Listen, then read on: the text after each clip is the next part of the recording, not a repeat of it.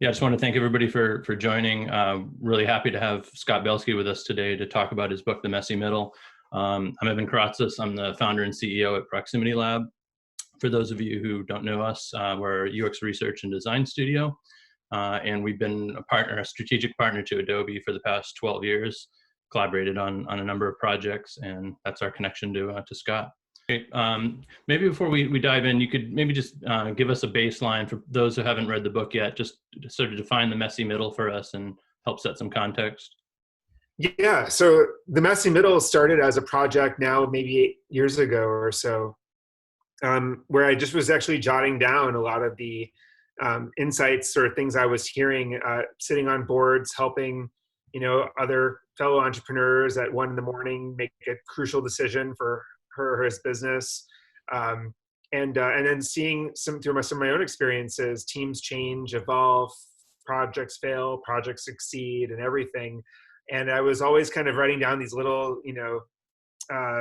pearls that I didn't want to let go of, that I wanted to kind of come back to again at some point in my life. And then at one point, just a few years ago, I decided I'm going to go through all of this and I'm going to see if there's any themes. And so I actually started to put everything into these 3 groups. One was about endurance, how to endure the lows, and manage and stomach volatility. One was about optimization, how to make the most of anything that actually works, whether it's how your product works or how your team is working, or something about yourself that you just find, wow, this is like I was just in my zone. Like, how do I do more of that? And then the third group, so endurance optimization. The third group was a funny one I called the final mile, and it was just a collection of insights around how things change right before shipping, right before selling a business, right before shutting down a business, and what we can learn from that as well. So that was the collection of content that ultimately became the Messy Middle. As you kind of reflect on the last few months and the changes we've all been put through, has it shifted the way you think about any of the advice you offered in that book? Has it reinforced certain concepts or just changed the way you look at some of those? Totally. I mean, I think the book is about volatility, and that's what we're going through right now to some extent. It also is a book about when there's no end in sight. When you're embarking on something very bold and very long term, what are the things you do to defy the odds, frankly, which are, you're not going to keep the team together long enough to figure it out. Or you're not going to have the patience to allow strategy to actually unfold. And so I think that's really what we're in right now as a period. There's a lot of uncertainty, and we have to find some tactics that may be new to us. Yeah, the sort of reflecting a little bit on how Adobe has changed the way they've been working over the past few months, and obviously a lot of companies have made some serious changes, including extending the work from home. It's in some cases permanently. One of the things that Adobe did early on that we borrowed was just things like starting meetings 10 minutes late, and that's giving us some time in between to connect with family, just figuring out some simple things to help balance the sort of work and family commitments. Have you seen anything else, like team members at Adobe or elsewhere, things that they've done to kind of help adapt to this sort of new situation? Well, I think it's all about empathy. I mean, we all have to know what each other is actually going through right now. And so I've encouraged all managers, and I've tried to do the same, to understand what are the situations of the people on your team. Are you proactively giving people flexibility so that they can be truly present when they're with you and also not feel pulled in different directions? In some ways, people feel more productive because there are not all these kind of like long pull meetings where everyone has to be physically in the same location for any decision to get made. And as a result, something that should take days takes weeks. I mean, there's a lot of gained productivity just from the way that work has changed. But on the other side of that, there's actually sometimes too much productivity and real-time access. And I mean, work is life, life is work, everything kind of bleeds.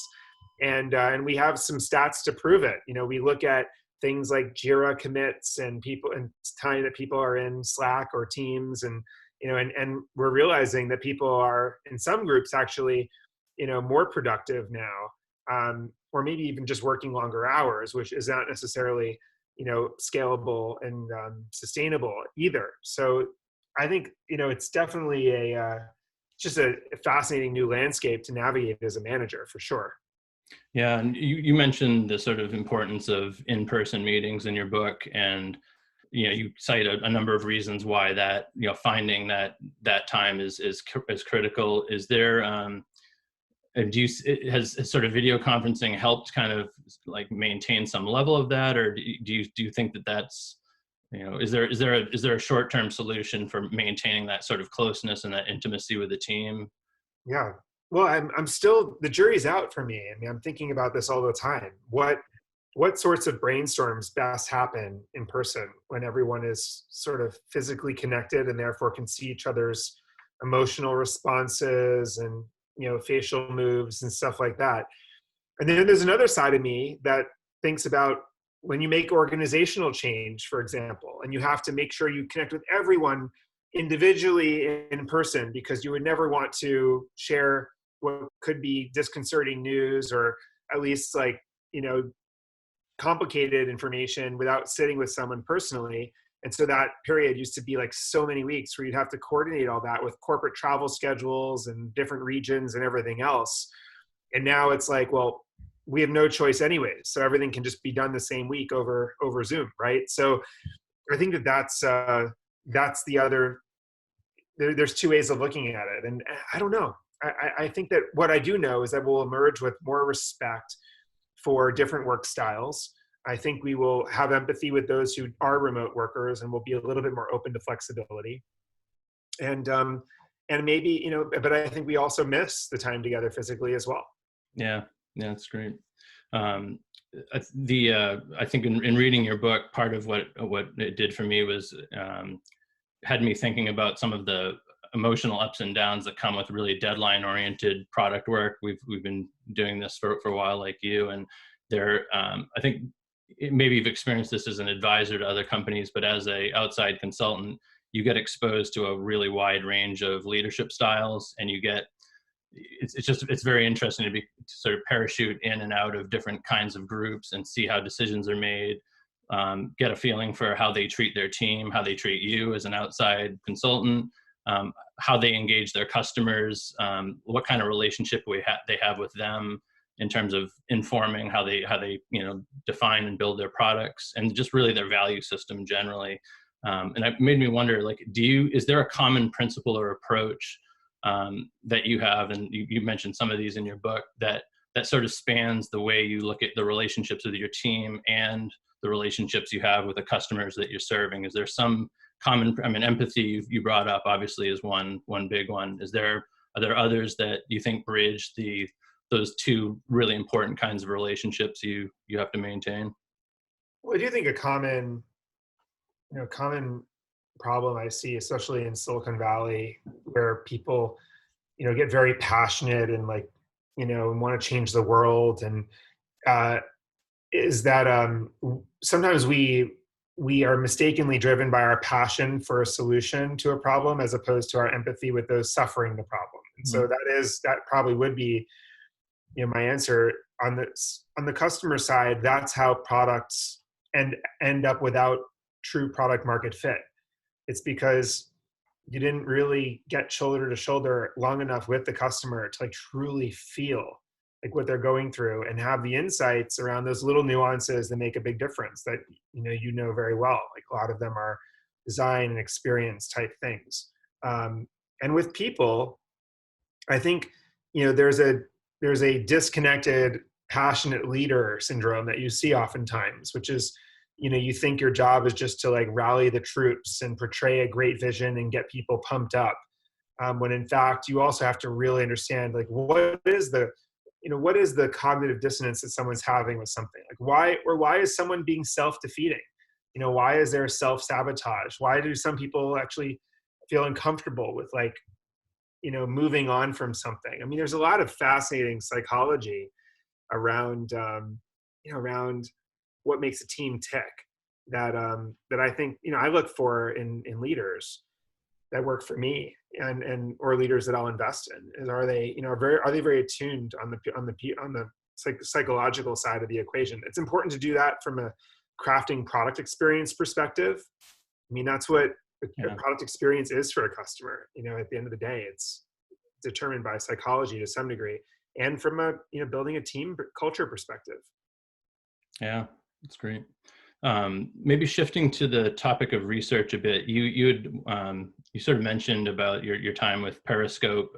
One of the things that stood out for me was you mentioned that analyzing the market sort of was the key to asking the right question, and knowing that market research can be tough to know where to start, and it can be a lot to take on if you're not familiar with that kind of research. Is there any advice you can offer, like product teams, like how to approach that kind of more market-based or Yeah. competitive research so that they're more likely to be asking the right question? And everyone has different views on this. My view, market research has been most helpful to me in testing for familiarity. Now, familiarity is really important when you present a product to a customer, when you're trying to bring something to market. The more familiar people are with the offering and how it works, the more likely they are to utilize it, because everyone's always looking, everything is like a proxy for something else. Remember when all the startups were the Uber of X and the Uber of Y? Hmm. Like everyone needs to stick to some proxy of some sort, unfortunately. And so it's helpful to test for familiarity. And that's, to me, I think that's what market research oftentimes does, at least on the surface. When it comes, though, to thinking about the edge that will someday become the center, I mean, actually, market research may throw you off, because everything you share will not be mainstream, and people will find it foreign and strange. And I mean, Behance. I remember 2005, 2006, we did our first and only focus group where we got a bunch of creatives together who are creative professionals, commercial creative producers, and we told them that we were building a professional network for creatives, like an online network. And universally, everyone, over the expense of our wine and cheese, told us how horrible of an idea this was. Like, the last thing people need is another place to put up your work, because there's DeviantArt and there's MySpace and there's Facebook, and I already have a LinkedIn, and I already have my own personal portfolio site. Like, why would I need anything else? And we left that focus group like really somewhat demoralized. So we did a second one, and we, instead of pitching our idea, we just tried to really understand the problems, like what kept these people up at night. And they were problems like, well, I never get attribution for my work. No one ever knows that I did it, so I don't get new opportunity as a result. My portfolio site is always out of date. Like, I never have time to update it. People are always kind of, and also the only people that go to my portfolio site are the people that know me already. Like, what about the people that don't know me? Like, it's so inefficient that I'm preaching to the choir every time I spend any moment of energy on self-marketing. And so what we realized is that no one knew what they needed. People did need a place where their work could live, that proactively got people to see it, as opposed to like having people to go to their like own domain name that no one would ever find on Google by searching a generic term like graphic designer New York. And so it just was an interesting exercise, realizing that we had to again get empathy with what people were suffering from, as opposed to testing out, here's what we want to do, what do you think? Yeah, you're getting to the sort of distinction between research to understand the context of what customers are experiencing, or really understanding their view of the world, how they understand potential solutions, versus real concept validation, which is I have a concrete idea that I want feedback on. And have you, in terms of concept validation, where have you seen that be most effective? Are there certain times, like, do you tend to do that early on before there's too much investment in design and engineering? Or do you do it sort of, throughout the process? I mean, for me, I really subscribe to the Nike approach of getting the athlete and then building something for him or her. and knowing that if everyone else wants to be like him or her, you're going to have a market. And so I just love finding the few customers that I think are forward thinking, that are more edge as opposed to center, that are like the best athletes in their field, and are willing to get geeky with you about it. And I love to spend time with them and test out the concepts in the right way, with those people. I think that when you look at any great business, especially enterprise products, what you'll often find is that there were these unsung heroes, these early customers that, for whatever reason, geeked out, with the product creators, the founders in most cases, and these people didn't have any stock in the Yeah. company. They just like put up with it, and they helped them craft their product. Yeah, yeah, I remember you mentioning that in the book, and that they probably contributed the most to the success, right, of the venture, but didn't really have a stake in it beyond being enjoying the benefits of the experience. Yeah.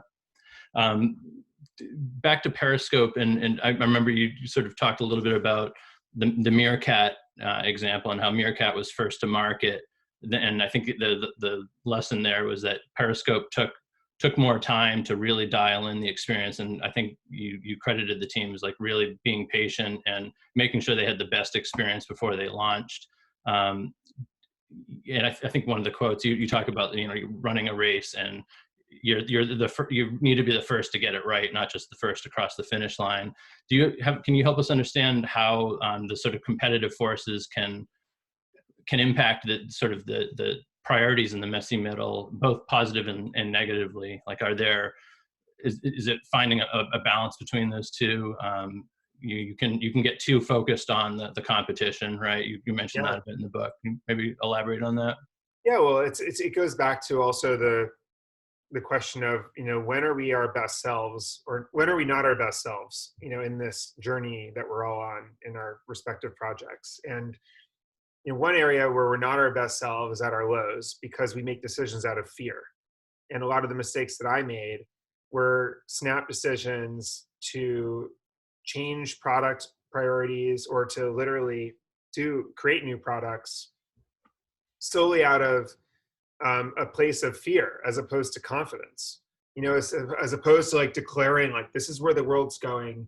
This is what we need to do for our customer, and we are going to nurture this strategy with patience, and we are just going to work and stick together long enough to make it happen. It's like, oh my gosh, so and so just launched this, and they just raised this money from this firm, and oh, like, are we off? Or maybe their strategy is better than ours, and like suddenly, even though you're not even in that business, you assume that they may be onto something that you're missing, and then you suddenly churn your own priorities. That's dangerous, and that's the risk of not being yourself at the lows of a journey, like when you're afraid. We're also not our best selves at the highs, because we falsely attribute the things that we did to the things that work. And Mm. so there's many cases of this as well, where, this is the classic, like, it was the right playbook until it was the wrong playbook. And you see all sorts of companies get traction on something, and then suddenly, like, double down, everything's about that, when it could have been just a moment. I even wonder, in this crazy COVID situation we're in right now, certain companies are suddenly like booming because of the uniqueness of the need of their offering right now. They may actually end up losing over time, because as a result of the boom, like, so many other companies are now also in their space. Suddenly they have so many more competitors, and and uh, and they could become either commoditized, or they could have a lot more competitors coming out of it. And so, should those companies be thrilled that they're like kind of at the epicenter of need, and that their business is benefiting from a very difficult time? Or should they be scared that, oh my goodness, like, just because we happen to be in the right place at the right time doesn't mean that we actually have a great sustainable, business? Yeah, it's interesting. Um, Switching a bit to more the sort of behavior change side of things, you mentioned in the book that the only time you should force new behaviors or terminology is when there's unique and important value in your product. And you mentioned Snapchat's camera first mode as a really good example of this. That that switch really repositioned the whole experience for users. They immediately understood, that this was this was about sort of putting yourself out there and publishing, not just sitting back and watching a feed. I'm wondering if can you share some other examples, successful, maybe even unsuccessful, of at Adobe or otherwise, where you looked at forcing new behaviors to really trying to get at, like, it's a really consequential decision in Yeah. making a product, and you know how do you have the confidence that you're getting it right, and can you maybe share some examples where maybe you didn't quite get it right? Sure, totally. I mean, I think that, my golden rule here is that great products are 90% familiar and 10% retraining. So you should have as much leverage as possible from intuitive, familiar patterns in people's lives. Like, why would you want to reinvent the like? Why would you want to reinvent new, onboarding? If there's a golden onboarding flow, use it. Um, but certain things you should retrain. Now, here's the problem: we all like to be creative, and we all like to think that we can make a better wheel. And I certainly made a lot of mistakes. And I guess I'll share a few from my own experience building Behance. As a founder, um, we we were a creative network, and so we wanted everyone to enter their creative field when they would join Behance, but we didn't want to call it creative field. That's boring. So we called them realms. You picked a realm. Um, and my co-founder Matthias, from Barcelona, like, whenever we would talk about this, like, I guess it didn't translate well with Spanish or whatever, and he had even a hard time pronouncing realm. And it was like, maybe this is a sign, right, that we should probably not be using this term. Um, but nevertheless, we launched, and a lot of people would pause at that part of the onboarding flow into Behance because they weren't sure what the hell we were even talking about. And and then it's like, well, maybe we should just revert back to calling them creative fields. And then, of course, like, people passed the bottleneck, and or past the gate, like, no one was confused anymore. And there were a lot of examples where we tried to be creative in various parts of the product, and we just ended up realizing, through learning the wrong way, or the long way at least, that just being familiar is important. Periscope, I remember it was all of the time of the selfie. Like, everything was about selfie at the time the Periscope beta first got out there. And I remember some prominent investors and others getting on the beta and giving feedback to the team that, oh, like, you guys, it's great, but you got it wrong. Like, when I opened the app for the first time, like, the camera's facing out. Like, it's definitely should be facing in. Like, it's all about the selfie. And for Periscope, the vision was to see the world through someone else's eyes. And, like, what was novel at the time was being able to watch, by instinctually start broadcasting video to your followers and have, like, a teleportation like experience. And so that was one of those things where they defied the norm at the moment, which was everything opens up facing you from these, like, social selfie apps. So I think you just have to find the things you want to retrain customers on, like, and they need to be very, like, purposeful, and actually should be things that distinguish your product from everything else on the market, as opposed to just trying to find a better way to do something. Yeah. Talking a little bit about the first mile, and the work we've done at Adobe, it's pretty amazing how the sort of perspective about the emphasis on first mile has really penetrated all the teams there. It's people have really taken that on and have put a lot of emphasis on really getting that right. One of the things that caught me is what you talked about, the fact that customers aren't the same over time, and that there's continual scrutiny needed around first mile. Maybe you can share some stories that kind of underscore Yeah. that. I'm a first mile obsessive, and I don't know why, but I just can't get enough. And every team that I work with, I think I'm probably, on a product level, most helpful with them on just the onboarding and the first mile of the customer's experience. I think that there are a few principles that I subscribe to that are, like, just cardinal in this area. One is the sobering realization that, as humans, we are all lazy, vain, and selfish in the first 30 to 60 seconds of any experience in our lives. We don't want to take the time to read things, to go through tours, to go through even tooltips to some extent. We don't want to have to learn how to use anything, especially when it isn't giving us any value yet. And so we're lazy in the sense that we don't want to take that time for something that's brand new to us. We're vain in the sense that this better make us look good fast. And selfish in the sense that this better serve me now as opposed to maybe potentially serve me or a network of people that are benefiting from me later. And the mistake that we oftentimes make is we merchandise these like longer term benefits to our customers if they willfully engage in our product, as opposed to just try to hook them with something that's immediate. And so I think it's important to kind of ground yourself with that as you're building this first mile experience of a product. Another thing that I really think is important, my friend Dave Marin likes to say, the devil is in the defaults. And I think that's so important. Like whatever the default is that a customer has in any experience is what they will likely stay with and use forever. I forget the stat where LinkedIn used to have like a temporary interstitial at the top of the profile that people would see, and you could click out of it. It like told you like how to use the product. And it was like some massive number, like 70 or 80% of people like still had that there for years and years. Like people just stick with whatever you give them. And so how much are you diligencing and arguing and debating and crafting and testing around what that default state is?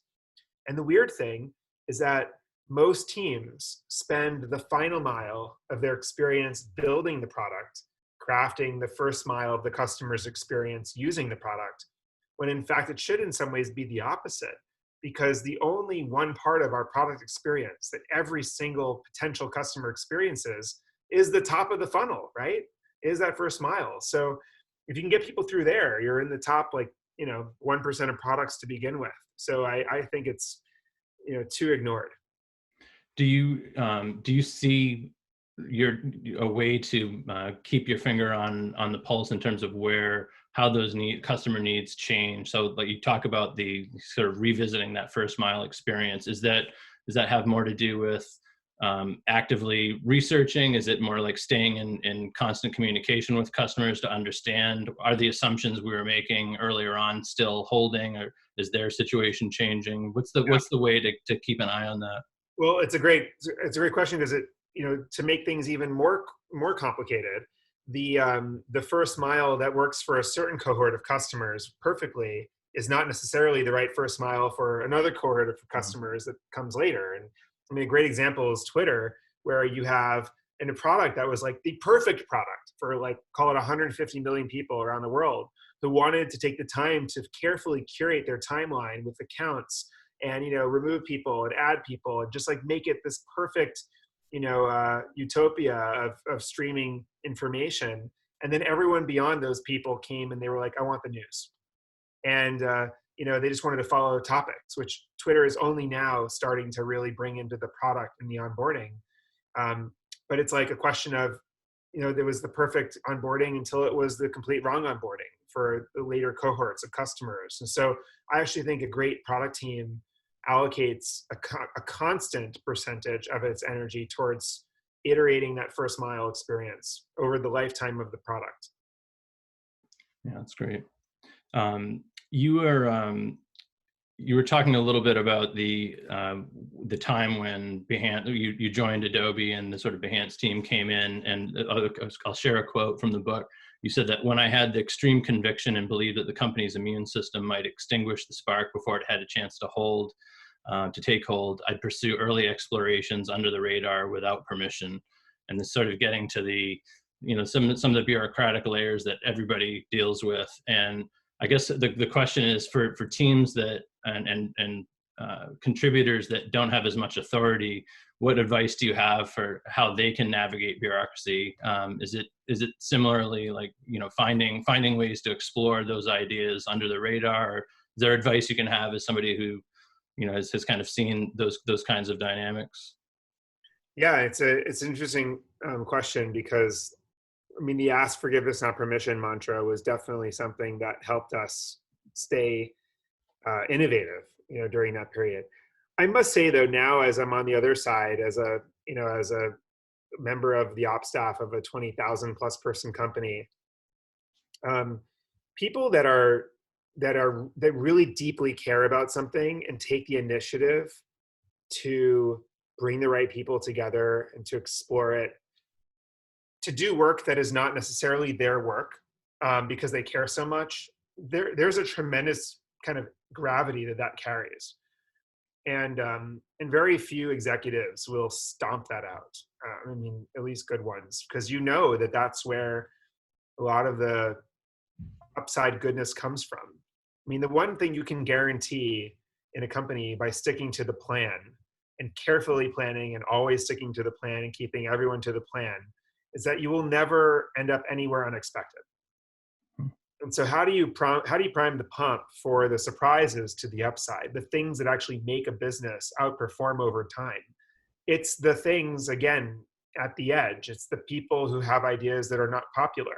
It's the stuff that isn't part of this year's core, top 5 must nails or whatever. It's the things that need to be incubated. And so one of the things I love about working with Shantanu, who's our CEO, his view is always that every leader should have a few things that he or she is sort of quietly off the radar incubating. Because if you trust the leader and you respect them, like, why wouldn't you empower them to do that? And why shouldn't that be passed down? And some organizations may call that 20% off or whatever. I mean, I don't think it's about amount of time. It's more so like some thesis, like something that someone believes is important. They need to nourish it. And then when it becomes prime time, they actually need to be willing to let it be moved away from them too, by the way. Like sometimes new ideas germ up in companies in random places, which is great. We just have to have a one company approach when it comes to, okay, this is so great, we're going to actually resource it, but it needs to be part of this organization to succeed. Like that gets tricky as well. Right. Yeah, following on that thread a bit, you also mentioned there's a quote in the book. You say, "Great teams implement change when it's still uncomfortable to do so, ahead of the realized need," and that's it gets to a really interesting point of like how do you persuade stakeholders that might be skeptical when when you're talking about it's ahead of the realized need, meaning there's not necessarily customer feedback that supports those ideas yet.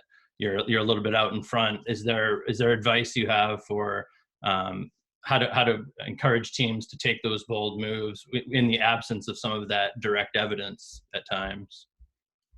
Well, a prototype is worth 1,000 meetings, and it's amazing what can happen when you get people in a room, lined around a clear vision that no one can argue with. It's like a hot knife through the butter of bureaucracy. Um, and and that's what you have to do to allow some of these changes to take hold while they're still uncomfortable. And I think that's the I mean, to me, that's the fun part of the job is when you do see the things that need to change. Like, how do you get people there? And you want to do so with encouragement and excitement. You also want to do so with like some paranoia and some fear, in the sense of, if we don't make these changes, someone else will beat us to the punch here. And so I think there's that's part of the art maybe of getting alignment. Yeah. You also talk a bit about the sort of two different mindsets. When you're creating product experiences, you've got potential customers and engaged customers, and those require very different approaches. How important is it to spend time with both kinds of customers? And is that something that is there a regimen that you encourage people to take? Is it helpful to treat those kinds of conversations separately and to make sure that it's very easy to spend time with power users and really overemphasize, you mentioned this in the book, Yeah. overcorrect for those power users? Are there some tricks that product teams can use to make sure that there's more balance there? Well, one of them is definitely consistently resourcing that first mile experience, because it actually grounds you with the newest customer. And I think that's an important discipline. If anyone who works within a product for an extended period of time, obviously, becomes very intoxicated with that product's reality. becomes very attuned to its power users. I mean, that's just the nature of the beast. And that feeds this product life cycle, this infamous product life cycle that drives all technology and all product as we know it, which is that, a simple product, like users flock to a simple product. They love the simplicity, the elegance. It's so clean. There's no noise. It's easier to learn and use. And then, that product takes all of these new users that flocked to it for granted, and then starts to add complexity, to add a business model, to please power users. They start to go down all the rabbit holes, and as a result, adds tons and tons of complexity to the point where users then flock to a simple product. Mhm. And that's the whole repeat, cycle of new products and old products and new products and old products. So, I mean, you're asking, how do you defy that?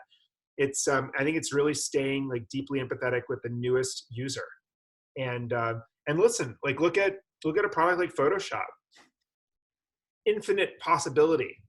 It's truly like anything can be created in Photoshop. It's unbelievably powerful. In over 30 years plus of features and capabilities and nuances and panels and everything else. And then zoom forward to today, where creativity is in the zeitgeist and everyone wants to have creative capability. People know Photoshop, and then they come in and they're like, whoa, like, what is this? They're just overwhelmed. Now, had they seen Photoshop 30 plus years ago, it would be a lot more simple and easy to learn. And then you could have grown with the complexity and you would not have even noticed it, like water boiling. But, we have an opportunity to expand the market of people who can create. And the answer is not to just get more people to just pop into Photoshop as we know it. The answer is to do some of these other things, like bring Photoshop to a new surface like iPad and totally reimagine the UI for like the average person who hasn't used the product before, or to think about entirely new Photoshop powered experiences that are simpler and accessible. So I think that's an example of what we're going through. Yeah. That's great. I know we're almost out of time. Wanted to thank you again for taking time out. It's really been a great conversation. Is there anything else that we haven't covered that you'd want to offer the sort of product teams as some parting advice? Oh, gosh. Well, I mean, I guess the one thing I would just say, and this can apply to at the feature level or at the product level or at the company level, for folks who are building something. And, and we're all struggling right now to some degree with the weirdness and the uncertainty and the environment, some more than others. A common question I get from people is, should I quit? Should I quit it or should I stick with it? Whether it's this new feature that hasn't clicked or this new product or this new company, it's just not resonating. Like, I'm struggling, I'm in the middle, no end in sight. What should I do? And the common answer I give is, it's really about whether or not you have more or less conviction now after all you've learned. It's easy in the beginning to have a lot of conviction in something, and seeing how the way the world's going to be. And then you embark on this journey, you have all this empathy with customers, you have all these shoulder to shoulder periods of time in the trenches with customers and market research or anything else that you do to inform you along the way. And knowing all that you know now, like, do you have more conviction or less conviction? If you have less conviction, screw it. Like, you shouldn't. Your life is short. Like, don't spend your energy. However, if you have more conviction based on all you've learned and you still have no end in sight and no product market fit and everything seems to be hitting the fan, you're just in the messy middle and you just got to stick with it long enough to figure it out. That's great. Yeah, really appreciate your time and all the great advice and for sharing Thanks, everything in the book. Yeah, really grateful for that. Of course. I hope everyone has a good evening. I have time for maybe one question if we want to do one. Yeah. Let's see. But if not, it's Yeah, we've got one right here. So I'll quote it. A classic behavior change request from business. Quote, we'd like people to interact with us digitally rather than call or similar. Do you feel this type of behavior change request fits within the 10% of new activity as you suggest, or is it a misplaced request? That's a great question. I mean, to me, it has to be, back to that lazy, vain, selfish thing. You need to attune into, the value proposition for the customer in that instant. I mean, for example, calling it instant help. as opposed to, get, use the bot or whatever else. Like, I mean, how do you merchandise the difference? But but yeah, sure. I mean, if you believe it's genuinely a step function better for the customer, then you should be, retraining people to do something a better way. By all means, I'm not suggesting you know, we get held back by the inefficiencies, and try not to outmaneuver them. Um, there's a and then I see a question in the chat pod about methods of research that make the biggest impact for the first mile and onboarding experiences. I mean, in short, user testing. It's pretty humbling to see people go through the first mile of your product and have to watch these videos over and over and over. But there's just no substitute. Don't outsource that stuff just to get a graph. Like, make sure you see some of it yourself, because you'll see the pain. I mean, I remember, back to that creative field selector that we poorly called realms, but years later, when it was still called creative fields, we found that people who were signing up for Behance in this instance, they were spending like 60 to 80 seconds on average on that section. And it was like, why are people taking so long to pick their fields? And we realized that it was kind of an existential question for a lot of users. Are you a photographer or a photojournalist? Or a architect who also is a photographer? Or are you a graphic designer or an experience designer or a illustrator? And we were like, we have to rethink, we have to take that out. Like, we just have to kill that in order to get people through the funnel. And that was one of the most important things we ever did. It was also controversial because you couldn't personalize the experience at the onset for the customer, right? So I just think you have to just watch people struggle. Yeah, that's great. Yeah, thanks again for your time. I think Yeah. we'll end it there. Have a great night.